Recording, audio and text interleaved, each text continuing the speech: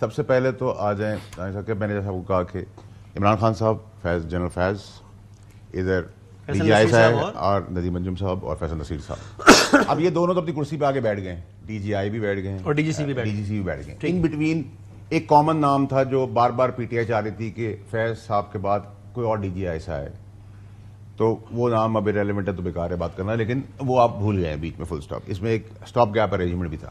ٹھیک ہے جی. تو اب ندیم انجم صاحب آ گئے ایز ڈی جی آئی ایسا ہے اور فیصل نصیر صاحب ڈی جی سی ہیں. تو یہ تو اپنی کرسی پہ آ گئے ہیں. ان کی انسپریشن یہ نہیں ہوگی کہ ہم کرسی پہ کیسے پہنچے. تو آپ کہہ رہے ہیں یہ ایسا کوئی کام کیوں کریں گے جن کی وجہ سے ان پہ کوشچن ہو، ان کے لیے مشکل ہو اور ان کے لیے مشکلات پیدا کرنے کی کوشش کی، ان کے نام ڈال دی گئے. اب آ جائیں پہلے مدعے کے اوپر جہاں سے فیاسکو سٹارٹ ہوا.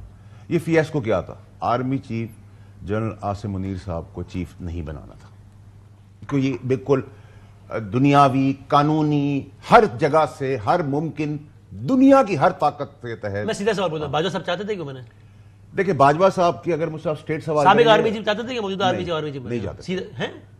آرمی چیف جنرل باجوہ صاحب چیف جنرل عاصم منیر صاحب کو ایز چیف بننا نہیں چاہتے تھے. یہ پھر اپنی ذمہ داری بول رہے ہیں. میں اپنی ذمہ داری بول رہا ہوں اور بہت اوتھینٹیکیشن سے بول رہا ہوں اور کانفیڈنس سے بول رہا ہوں، اتنی کانفیڈنس سے بول رہا ہوں جیسے آپ وسیم بتا دی ہے. یہاں رک جائیں آپ، یہ سوال کو پیچھے لے جائیں، بعد میں کر لیں گے اس کو. آپ کی باتیں سن کر گھبرا رہے ہیں. کوئی بات میں دیکھنا مسلسل چائے وائے اور میں کہا پانی پلاتے رہو. دیکھیں اب آپ آ جائیں کہ ان کا نام اس پینل میں کس کے کہنے پہ ڈالا؟ اگر وہ خود نہیں چاہتے تو وہ تو ان کا پروگرام تھا. پہلے ہم آ جائیں ادھر بھی، ادھر بھی آ جائیں گے. یہ میں لکھ رہا ہوں، یہ پوچھوں گا آپ سے. سودا پوچھیے گا. ٹھیک ہے.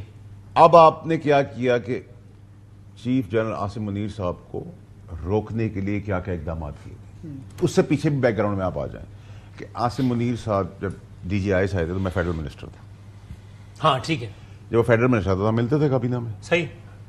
میں نے ڈی جی آئی سے اس وقت کے جنرل عاصم منیر صاحب کو جا کے کہا کہ آپ یہ جو کرنے جا رہے ہیں وہ نہ یہ کام کریں. عمران خان صاحب کو نہ بتائیں کہ کون کون لوگ کیا کیا کام کر رہے ہیں الٹے سیدھے. اس میں ویڈیو بھی ہے، اس میں آڈیو بھی تھی. مجھے جان صاحب نے کہا کہ تم مجھے یہ کہہ رہے ہو پی ایم ہاؤس میں، تم مجھے یہ کہہ رہے ہو کہ میں ملک سے غداری کروں، میں نہیں کر سکتا. ٹھیک ہے سر، پھر آپ کی فیلڈنگ لگ گئی ہے، آپ یہ کام نہ کریں. بڑی بات کہہ رہے ہیں آپ. پھر میں رات کو گیا، میں نے ان کا خدا کا واسطے کام نہ کریں. اس وقت ڈی جی آئی سے عاصم منیر صاحب کہ خان صاحب کو نہ بتائیں گے یہاں کرپشن ہو رہی ہے. آپ کی فیلڈنگ لگ چکی ہے، ہم تو کابینہ کے حصہ تھے نا. اس کے بعد انہوں نے صبح جا کے شواہد پیش کیے اور اچھا یعنی وہ شواہد پیش کرنے سے ایک رات پہلے آپ ان کو کہہ رہے تھے کہ آپ یہ کام کل نہ کیجیے گا. ٹھیک ہے سر. اس کے بعد انہوں نے پیش کیے، ان کو بے دردی سے ہٹایا گیا. اور جب ہٹایا گیا تو پھر میں نے ان کو کہا کہ بھائی آپ کو کہا تھا سر. انہوں نے کہا تم اللہ پہ چھوڑ دو. بس یہ میری ٹوٹل ان سے بات ہوئی. ٹھیک ہے. اچھا اب آپ آ جائیں بیک گراؤنڈ کے اندر.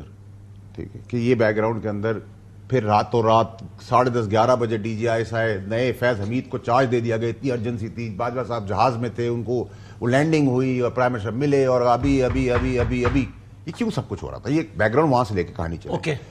پھر وہ ڈی جی آئی بن گئے. پھر ڈی جی آئی بننے کا ڈی جی آئی کو ہٹانے کی باری آئی. وہ ہٹانے میں ریزسٹنس ہوئی. اس وقت بھی ہم پرائم منسٹر ہاؤس میں تھے، پرائم منسٹر کے کمرے کے باہر تھے جب باجوہ صاحب بھی بیٹھے تھے. ٹی وی پٹیاں چل رہی تھی، وہ نہیں مان رہے، وہ کہہ رہے مان رہے ہیں. اناؤنس ہو گیا تھا. جب باجوہ چاہتے تھے فیض حمید صاحب نہ رہے ڈی جی آئی سے، خان صاحب چاہتے تھے رہیں. یہ باجوہ صاحب کو کریڈٹ آپ ضرور دیں گے کہ یہ گٹھ جوڑ کو تو بریک جو کیا خان اور فیض حمید کی، وہ باجوہ صاحب نے سٹینڈ لیا اس جگہ کے اوپر کہ نہیں I don't want this man to be DGI anymore. No. Because of whatever reasons. وہ کمانڈ پہ جانا تھا، وہ سمجھ گئے تھے اس وقت. اور باجوہ صاحب ایز چیف کوشش میں نے بہت دفعہ کی ان کو بتاؤں فیض کی حرکتیں جا کے، لیکن پھر ایز چیف میں نے ان کے ساتھ 7 گھنٹے کی میٹنگ کی. 7 hours. 7 hours. اور میں نے باجوہ صاحب کہا کہ یہ داستان بڑے لوگوں کی بڑی بات ہے بھائی، یہ کہانی اینڈ آئی تھنک کہ شاید اس میں ان کو اور سمجھ میں آ گئی. ٹھیک ہے. لیکن ایسا واز ڈی جی آئی سے sitting D G I of course. ٹھیک ہے.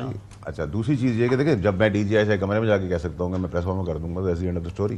ٹھیک ہے. فیض حمید صاحب کو جب میں نے ان کو کہا تھا کہ سر اگر آپ نہ کریں، انہوں نے مجھے دھتکارا تو میں نے کہا سر میری پھر چوائس رہے گی، میں خلاف پریس فارم کروں گا آپ کے. جب وہ ڈی جی آئی سے کی کرسی پہ ایس ڈی جی آئی سے بیٹھے ہوئے تھے تو کس بات پہ اختلاف ہوا تھا؟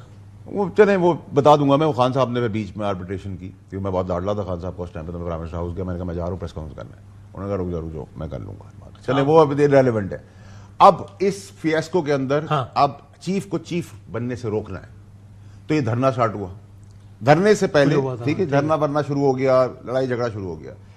اس دوران